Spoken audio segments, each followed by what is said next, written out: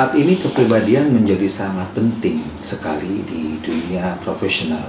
Mengapa demikian? Karena dengan kepribadian yang menarik, ini akan mampu untuk memberikan suatu interaksi yang sangat baik antara sesama teman di perusahaan ataupun dengan klien di luar perusahaan. Mengingat bahwa kepribadian ini sangat penting sekali pada saat sekarang ini, kita harus mengerti, kita harus memahami dengan baik bahwa ada 4 ciri kepribadian yang mana ciri ini akan mampu untuk kita dapat menyampaikan pesan dengan baik. Ciri pertama adalah kepribadian yang disebut dengan adalah emotif. Emotif adalah suatu ciri kepribadian yang mana level dominansnya dan level sociability itu sangat tinggi. Biasanya ciri-ciri orang emotif itu orangnya cenderung gembira, orangnya cenderung senang, orangnya dianggap mudah bergaul, orangnya secara spontan menyampaikan ide kepada orang lain, dan kadang-kadang karena spontannya tadi, sesuatu yang dikatakan, sesuatu yang diucapkan itu tidak difikirkan dengan baik. Ciri yang kedua adalah disebut dengan yang namanya adalah direktif. Direktif yaitu adalah suatu definisinya adalah di mana garis dominansinya dan garis sociability-nya itu lebih besar garis dominansinya dibandingkan dengan garis sociability. Pada ciri direktif biasanya cenderung berbicara secara atau menggunakan dasar data. Orangnya cenderung spontan, orangnya cenderung juga lebih mendominasi dalam suatu percakapan dan ingin apa yang dikatakannya itu dikerjakan oleh pihak yang mendengarkannya. Ciri yang ketiga yang dikatakan adalah ciri reflektif. Ciri reflektif itu adalah di mana garis dominansnya itu lebih sedikit, lebih kecil, kemudian garis sociability-nya pun sama, lebih kecil juga. Biasanya tipikal orang-orang reflektif adalah orang-orang yang kuat di analytical.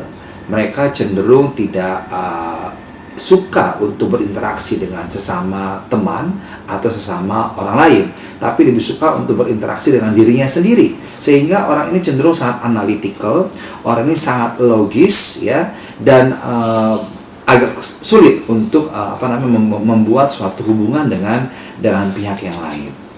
Ciri yang terakhir adalah ciri yang dikatakan dengan adalah sociability. Ciri sociability ini biasanya garis dominansinya itu rendah, tetapi garis sociability itu cukup cenderung tinggi. Orang ini adalah orang yang rela untuk membantu orang lain. Mengapa demikian? Karena dia merasa bahwa hidup itu memang memerlukan orang lain.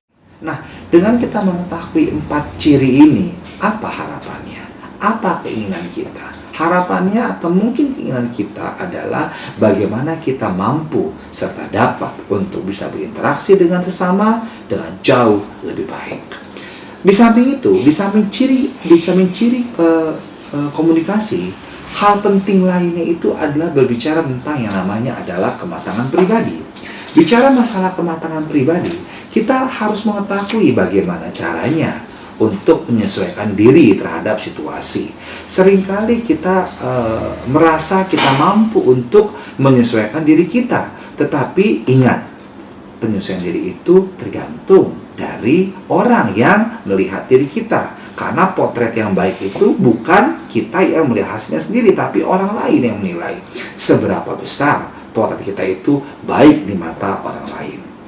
Yang kedua adalah bagaimana kita mampu untuk mengendalikan diri kita. Sejauh mana? Sehebat apa? Agar apa? Emosi kita mungkin yang meletup-letup, emosi kita mungkin yang tenang, atau emosi kita seperti apa? Sehingga dengan penyesuaian diri yang tepat, harapannya apa? Kita akan mampu untuk meningkatkan citra diri kita karena kita mampu untuk berinteraksi baik secara intrapersonal maupun secara interpersonal.